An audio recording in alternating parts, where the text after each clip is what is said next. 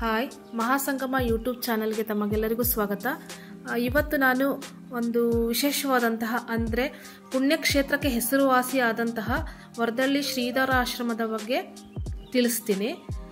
ಈ ಶ್ರೀಧರ ಆಶ್ರಮ ಬಂದ್ಬಿಟ್ಟು ಶಿವಮೊಗ್ಗ ಜಿಲ್ಲೆಯ ಸಾಗರ ತಾಲೂಕಿನಲ್ಲಿ ಇದೆ. ಈ ವರದಳ್ಳಿ ಶ್ರೀಧರ ಆಶ್ರಮ ಸಾಗರದಿಂದ 6 ಕಿಲೋಮೀಟರ್ ಆಗುತ್ತೆ. ಈಗ ಶಿವಮೊಗ್ಗದಿಂದ ಬರುವವರಿಗೆ Jog side road, Jog main road ಏನಿದೆಯಲ್ಲ ಅಲ್ಲಿ ಲೆಫ್ಟ್ ಸೈಡಿಗೆ ಇಲ್ಲಿ ಶ್ರೀಧರ ಆಶ್ರಮ ಅಂತಹ ದೊಡ್ಡ ಬೋರ್ಡ್ ಇರುತ್ತೆ. ಆ ಬೋರ್ಡನ್ನು ನೋಡಿಬಿಟ್ಟು ನೀವು ಒಳಗಡೆ ಹೋಗಬೇಕು. ಇಲ್ಲಿಂದ ಶ್ರೀಧರ ಆಶ್ರಮ ಎಕ್ಸಾಕ್ಟಾಗಿ 6 ಕಿಲೋಮೀಟರ್ ಆಗುತ್ತೆ. ಇಲ್ಲಿಗೆ ಬಸ್ ಫೆಸಿಲಿಟೀಸ್ ಇದೆ, ಆಟೋಗಳು ಹೋಗುತ್ತೆ. ಯಾವ ಥರ ಬೇಕಾದರೂ ನಾವು ಇಲ್ಲಿಗೆ ಹೋಗ್ಬೋದು. ಇದೆರಡು ಫೆಸಿಲಿಟೀಸನ್ನ ಯೂಸ್ ಮಾಡಿಕೊಂಡು ಹೋಗ್ಬೋದು, ಇಲ್ಲ ಓನ್ ಕಾರ್ ಇದ್ರಂತೂ ತೊಂದರೆನೇ ಇಲ್ಲ, ಹೇಗೆ ಬೇಕಾದರೂ ಹೋಗ್ಬೋದು. ಈ ವರದಳ್ಳಿ ಶ್ರೀಧರ ಆಶ್ರಮದಲ್ಲಿ ತುಂಬ ವಿಶೇಷವಾಗಿದ್ದಂದರೆ ಶ್ರೀಧರ ಸ್ವಾಮಿಗಳು. ಇವರು ಡಿಸೆಂಬರ್ 7, 1908ರಲ್ಲಿ ಜನಿಸ್ತಾರೆ. ಇವರು ತಮ್ಮ ಅಪ್ಪ ಅಮ್ಮ ಮತ್ತು ತಂಗಿನ ಕಳ್ಕೊಂಡ್ಮೇಲೆ ದೀಕ್ಷೆಯನ್ನು ಪಡೆದು ಆಧ್ಯಾತ್ಮದ ಕಡೆಗೆ ಹೋಗ್ತಾರೆ. ಇವರು 6 ಶತಮಾನಗಳ ಕಾಲ ಎಲ್ಲ ದೇಶಗಳನ್ನು ಸುತ್ತುವರೆದು ಕೊನೆಯಲ್ಲಿ 1954ರಲ್ಲಿ ವರದಳ್ಳಿ ಎನ್ನುವ ಒಂದು ಪುಣ್ಯಕ್ಷೇತ್ರಕ್ಕೆ ಬಂದು ನೆಲೆಸ್ತಾರೆ. ಇಲ್ಲಿ ಭಗವಾನ್ ವ್ಯಾಸರಾಯರಿಂದ ಪ್ರತಿಷ್ಠಾಪಿಸಲ್ಪಟ್ಟಿದೆ ಎನ್ನಲಾಗುವ ದುರ್ಗಾದೇವಿ ದೇವಸ್ಥಾನವನ್ನು ಜೀರ್ಣೋದ್ಧಾರ ಮಾಡುವ ಸಲುವಾಗಿ ಇವರು ಒಂದು ಆಶ್ರಮವನ್ನು ನಿರ್ಮಿಸ್ತಾರೆ. ಈ ಆಶ್ರಮಕ್ಕೆ ಶ್ರೀಧರ ಆಶ್ರಮ ಎಂದು ನಾಮಕರಣ ಮಾಡುತ್ತಾರೆ. ಇದು ಒಂದು ತುಂಬ ಪುಣ್ಯವಾದ ಸ್ಥಳ ಅಂತಲೇ ಪ್ರಸಿದ್ಧಿಯಾಗಿದೆ. ನಮ್ಮ ಅಜ್ಜ ಅಜ್ಜಿ ಎಲ್ಲ ಹೇಳ್ತಾ ಇದ್ರು, ಇಲ್ಲಿ ತುಂಬ ಪವಾಡಗಳು ನಡೀತಿತ್ತು ಮೊದಲು, ಚರ್ಮ ಕಾಯಿಲೆಗಳಿಗೂ ಇಲ್ಲಿ ಪರಿಹಾರ ಸಿಗ್ತಾ ಇತ್ತು ಅಂತ ಹೇಳ್ತಾ ಇದ್ರು. ನೋಡಿ, ಹೀಗೆ ಸ್ಟ್ರೈಟ್ ಹೋದರೆ ನಮಗೆ ದುರ್ಗಾ ಪರಮೇಶ್ವರಿ ದೇವಸ್ಥಾನ ಸಿಗುತ್ತೆ. ಇಲ್ಲಿ ಬಲಕ್ಕೇನು ಕಾಣ್ತಾ ಇದೆಯಲ್ಲ, ಇದೇ ಶ್ರೀಧರಾಶ್ರಮ ಹೋಗುವಂತಹ ಆರ್ಚ್. ನಾವಿಲ್ಲೇ ಬಲಕ್ಕೆ ತಿರುಗಿ ಆಶ್ರಮದೊಳಗಡೆ ಹೋಗಬೇಕು. ಇಲ್ಲಿಂದ ಒಂದು 100 ಮೀಟರ್ ಆಗುತ್ತೆ ದೇವಸ್ಥಾನ.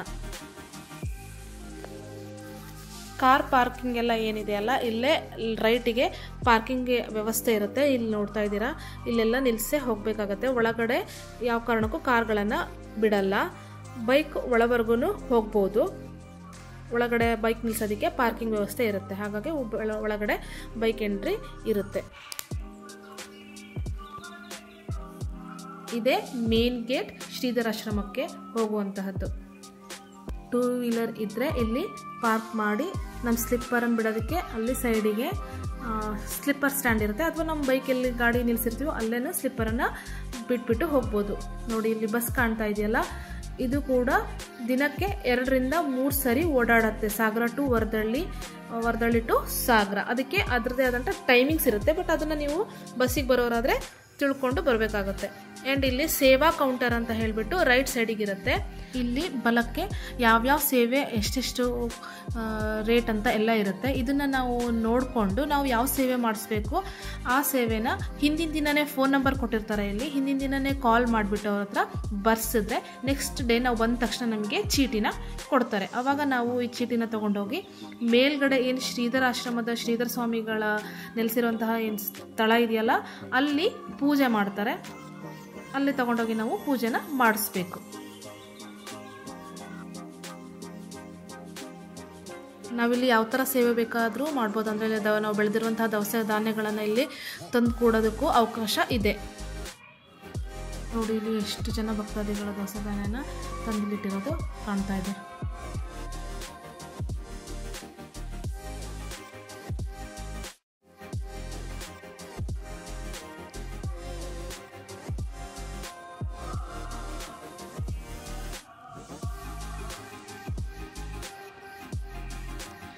ನೋಡಿ, ಇವಾಗ ಕಾಣಿಸ್ತಿದೆಯಲ್ಲ, ಇದಕ್ಕೆ ಪುಷ್ಕರಣಿ ಅಂತ ಹೇಳ್ತಾರೆ. ಇಲ್ಲಿ ಯಾವಾಗಲೂ ನೀರಿರುತ್ತೆ, ಬಟ್ ಅಲ್ಲಿ ಕೆಳಗಡೆ ಇಳಿಯೋದಕ್ಕೆ ಅವಕಾಶ ಇಲ್ಲ.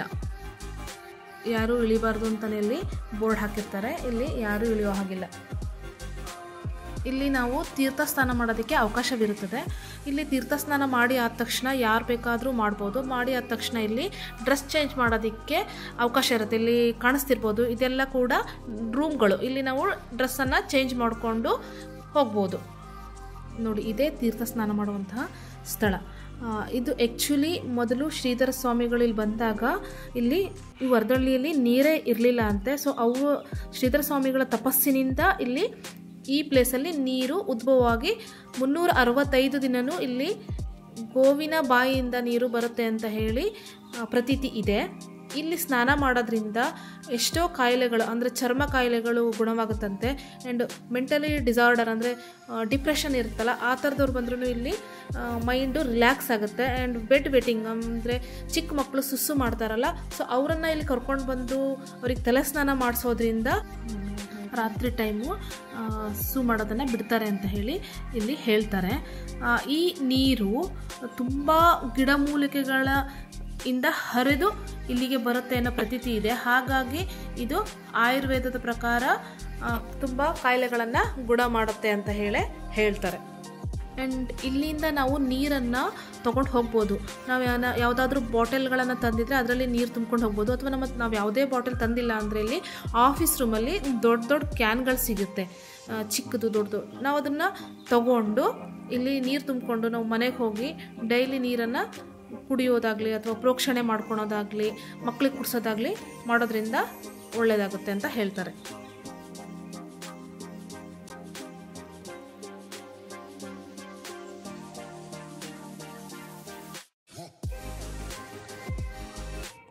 ನೋಡಿ, ಇಲ್ಲೊಂದು ಬೋರ್ಡ್ ಕಾಣಿಸ್ತಾ ಇದೆಯಲ್ಲ, ಇದರಲ್ಲಿ ನಮಗೆ ಸಾಗರ ತಾಲೂಕಿನಲ್ಲಿ ಇರುವಂತಹ ಎಲ್ಲ ಪ್ರೇಕ್ಷಣೀಯ ಸ್ಥಳಗಳನ್ನು ಇಲ್ಲಿ ಹಾಕಿದ್ದಾರೆ. ನಾವು ಈ ಬೋರ್ಡನ್ನು ನೋಡಿಕೊಂಡು ನಾವು ಯಾವುದಾದ್ರೂ ಸ್ಥಳಕ್ಕೆ ಹೋಗಬೇಕು ಅಂತ ಇದ್ದರೆ ನಾವು ಇದನ್ನು ನೋಡ್ಕೊಂಡು ಹೋಗ್ಬೋದು.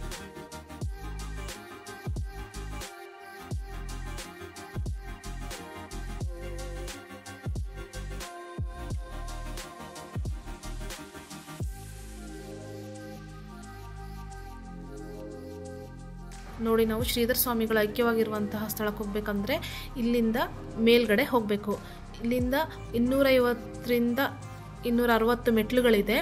ಇದನ್ನು ಹತ್ತಿ ಹೋಗಬೇಕು ನಾವು. ನೋಡಿ ಇಲ್ಲಿ ಹೇಗೆ ಹತ್ತುತ್ತಾ ಇದ್ದಾರೆ ಪ್ರತಿಯೊಬ್ಬರು ಅಂತ ಹೇಳ್ಬಿಟ್ಟು. ಒಂದು 10 ಮಿನಿಟ್ಸ್ ಬೇಕು ಮೇಲ್ಗಡೆ ಹೋಗಿ ರೀಚ್ ಆಗೋದಕ್ಕೆ.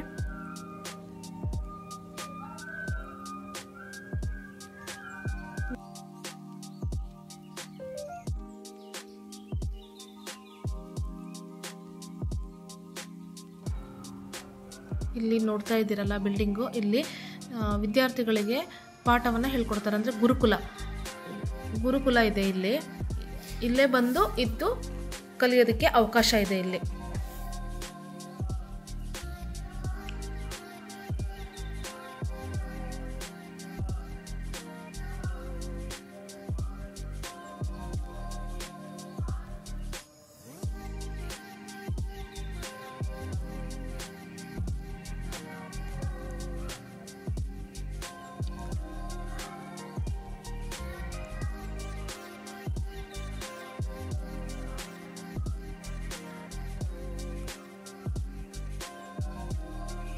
ನೋಡಿ ಇಲ್ಲಿ ಕಾಣ್ತಾ ಇದೆಯಲ್ಲ, ಇದೇ ಶ್ರೀಧರ ಸ್ವಾಮಿಗಳ ಐಕ್ಯವಾದಂತಹ ಸ್ಥಳ. ಇಲ್ಲಿ ಬಲಗಡೆನೂ ಒಂದು ಗುರುಕುಲ ಇದೆ. ಇಲ್ಲಿ ಒಳಗಡೆ ಫೋಟೋ ತೆಗೆಯೋದಕ್ಕೆಲ್ಲ ಅವಕಾಶ ಇಲ್ಲ. ಸೊ ಹಾಗಾಗಿ ನಾನು ಹೊರಗಡೆಯಿಂದ ಎಷ್ಟು ಸಾಧ್ಯನೋ ಅಷ್ಟು ವಿಡಿಯೋನ ಮಾಡ್ಕೊಂಡಿದ್ದೀನಿ. ಇಲ್ಲಿ ಟೈಮಿಂಗ್ಸ್ ಬಂದು ಮಧ್ಯಾಹ್ನ 1:30ವರೆಗೂ ದೇವಸ್ಥಾನ ಓಪನ್ ಇರುತ್ತೆ. ಅದಾದಮೇಲೆ ಸಂಜೆ 6 ಗಂಟೆಗೆ ಓಪನ್ ಆಗೋದು. ಸೊ ನಾವು ಅಷ್ಟರಲ್ಲೇ ದರ್ಶನವನ್ನು ಮಾಡ್ಕೋಬೇಕಾಗುತ್ತೆ.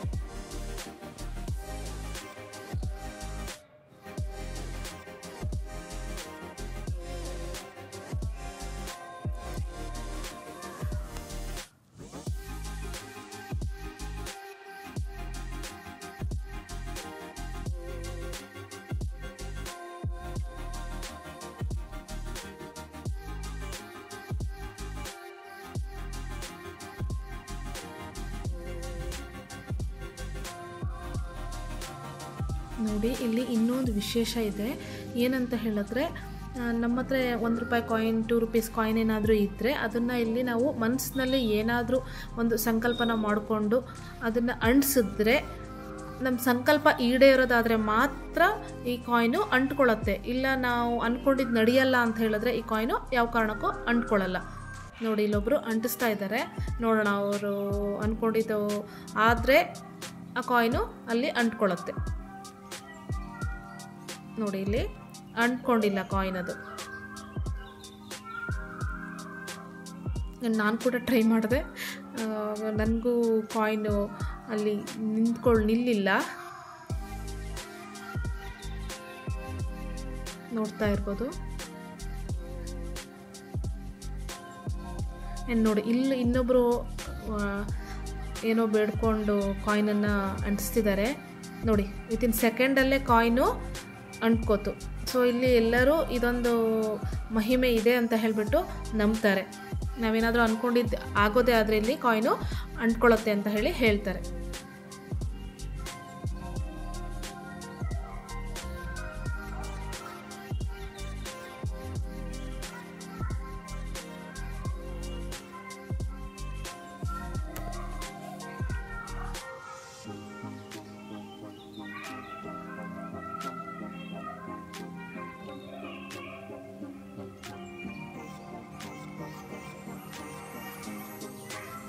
ನೋಡಿ, ಇದು ಶ್ರೀಧರ ಸ್ವಾಮೀಜಿಯವರ ಏಕಾಂತ ಸ್ಥಳ ಅಂತಲೇ ಹೇಳ್ತಾರೆ.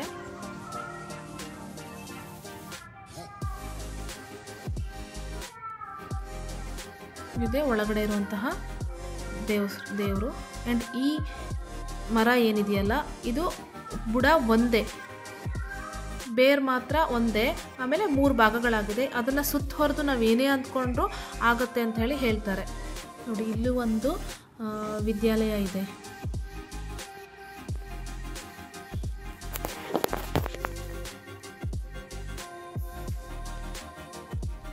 ನಾವು ಮೇಲೆ ಹತ್ತಬೇಕಾದ್ರೆ ಸ್ವಲ್ಪ ಕಷ್ಟ ಆಗುತ್ತೆ, ಬಟ್ ಕೆಳಗಡೆ ಇಳಿಬೇಕಾದ್ರೆ ಆರಾಮ್ಸೆ ಇಳಿಬೋದು, ಯಾವುದೇ ರೀತಿಯ ಸುಸ್ತು ಆಗಲ್ಲ.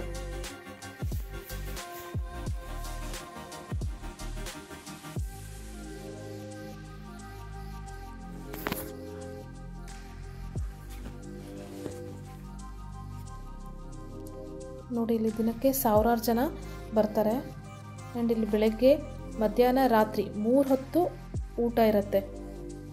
ಮೇಲಿಂದ ಎಷ್ಟು ಚೆನ್ನಾಗಿ ಕಾಣಿಸ್ತಾ ಇದೆ ನೋಡಿ ಆಶ್ರಮ, ತುಂಬ ಚೆನ್ನಾಗಿ ಕಾಣಿಸ್ತಾ ಇದೆ.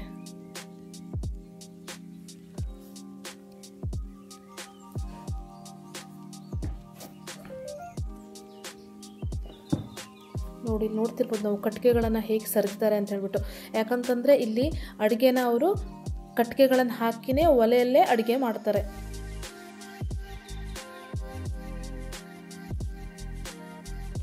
ಆ್ಯಂಡ್ ಇಲ್ಲಿ ತುಲಾಭಾರದ ವ್ಯವಸ್ಥೆ ಇದೆ. ನಾವು ಇಲ್ಲಿ ತುಲಾಭಾರ ಮಾಡಿಸೋದಾದರೆ ಇಲ್ಲಿ ಮಾಡಿಸ್ಬೋದು. ಆ್ಯಂಡ್ ಇದೇ ಊಟಕ್ಕೆ ಹೋಗುವಂತಹ ಪ್ಲೇಸ್. ನಾವಿಲ್ಲಿ ಕ್ಯೂ ನಿಲ್ಲಬೇಕಾಗತ್ತೆ ಊಟಕ್ಕೆ.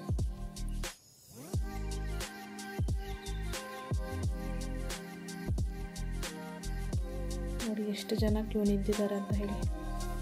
ಇಲ್ಲಿ ಎಸ್ಪೆಷಲಿ ಗುರುವಾರ ದಿನ ತುಂಬ ರಶ್ ಇರುತ್ತೆ, ಯಾಕಂದರೆ ಅದು ಶ್ರೀಧರ ಸ್ವಾಮಿಗಳ ವಾರ ಅಂತಲೇ ಹೇಳ್ತಾರೆ.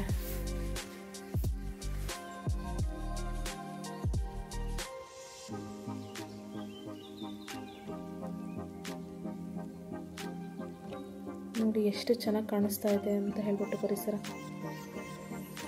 ಇದು ಊಟದ ಹಾಲು. ಇಲ್ಲಿ ಹತ್ತತ್ರ 200 ಜನ ಅಂತೂ ಕೂರ್ಬೋದು ಅಂತ ಅನಿಸುತ್ತೆ. ಕುತ್ಕೊಳ್ಳೋಕ್ಕೆ ಕೆಳಗಾಗಿಲ್ಲ ಅಂದರೆ ಕುರ್ಚಿನ ಕೊಡ್ತಾರೆ, ಆರಾಮ್ಸೆ ಕುತ್ಕೋಬೋದು ಏಜ್ ಆದವರು ಕೂಡ. ಊಟ ಆದಮೇಲೆ ಇಲ್ಲಿ ನಾವೇ ತಟ್ಟೆನ ತೊಳೆದು ಎತ್ತಿಡಬೇಕಾಗತ್ತೆ. ಆ್ಯಂಡ್ ಇಲ್ಲಿ ನಮಗೆ ಕಾಣಿಸ್ತಿರ್ಬೋದು ಅನ್ನದಾನ ನಿಧಿ ಅಂತ ಹೇಳ್ಬಿಟ್ಟು ಒಂದು ಹುಂಡಿ ಇದೆ. ನಮ್ಗೆ ಯಾರಿಗಾದರೂ ಅಲ್ಲಿ ಕಾಣಿಕೆ ಹಾಕಬೇಕು ಅನ್ನೋ ಇಷ್ಟ ಇದ್ದರೆ ನಾವು ಅಲ್ಲಿ ನಮ್ಮ ಕೈಯಲ್ಲಾದಷ್ಟು ಕಾಣಿಕೆನ ಹಾಕ್ಬೋದು.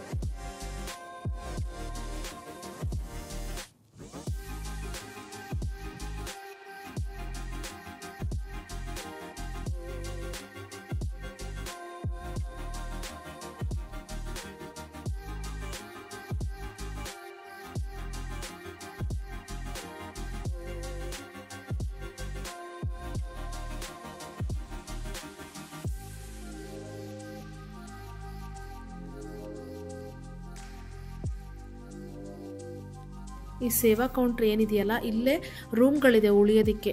ಯಾರೆಲ್ಲ ತುಂಬ ದೂರದಿಂದ ಬರ್ತಾರಲ್ಲ ಅವರಿಗೆ ಇಲ್ಲಿ ಉಳಿಯೋ ವ್ಯವಸ್ಥೆನ ಮಾಡಿ ಕೊಡ್ತಾರೆ. ಬಟ್ ಮೊದಲೇ ಫೋನ್ ಮಾಡಿ ಬುಕ್ ಮಾಡ್ಕೋಬೇಕು. ಹೀಗೆ ಮುಂದೆ ಎಡಕ್ಕೆ ಒಂದು ಗೋಶಾಲೆ ಇದೆ. ಈ ಗೋಶಾಲೆಯಲ್ಲಿ 500ಕ್ಕೂ ಹೆಚ್ಚು ಗೋವುಗಳಿದೆ ಅಂತ ಹೇಳ್ತಾರೆ.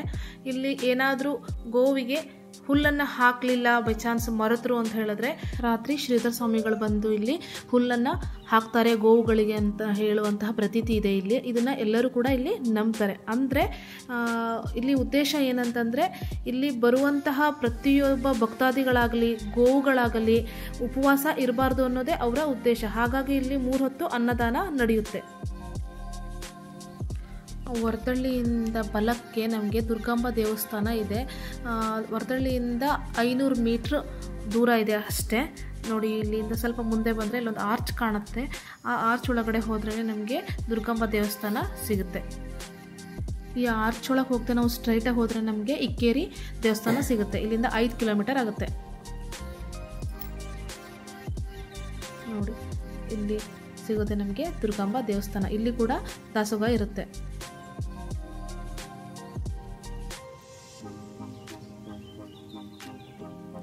ವರದಳ್ಳಿಗೆ ಯಾರು ಬಂದು ಹೋಗಿರ್ತಾರಲ್ಲ ಆಲ್ಮೋಸ್ಟ್ ಎಲ್ಲರೂ ಕೂಡ ಇಲ್ಲಿ ಬಂದು ದುರ್ಗಾಂಬ ದೇವಿಗೆ ಒಂದು ನಮಸ್ಕಾರ ಮಾಡಿನೇ ಹೋಗ್ತಾರೆ.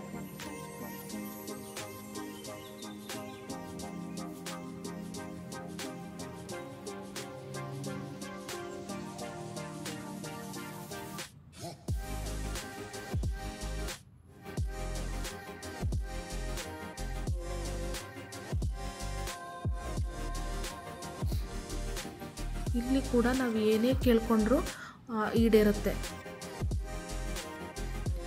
ಇಲ್ಲಿ ನಾವು ಹೋದಾಗ ದೇವಸ್ಥಾನ ಕ್ಲೋಸ್ ಆಗಿತ್ತು, ಹಾಗಾಗಿ ಎಷ್ಟು ಸಾಧ್ಯನೋ ಅಷ್ಟು ವಿಡಿಯೋ ಮಾತ್ರ ತಗೊಂಡಿದ್ದೀನಿ ಅಷ್ಟೇ.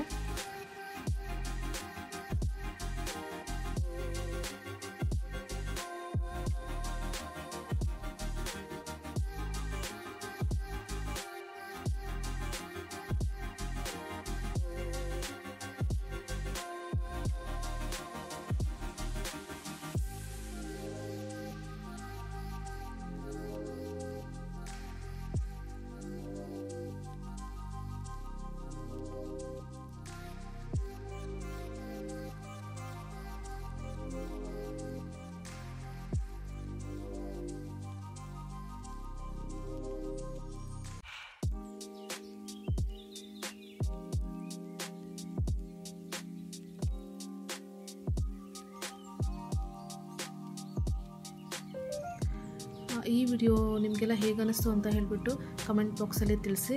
ಆ್ಯಂಡ್ ಇಷ್ಟ ಆದರೆ ಒಂದು ಲೈಕ್ ಮಾಡಿ, ಶೇರ್ ಮಾಡಿ ಆ್ಯಂಡ್ ಸಬ್ಸ್ಕ್ರೈಬ್ ಮಾಡಿ. Thank you so much.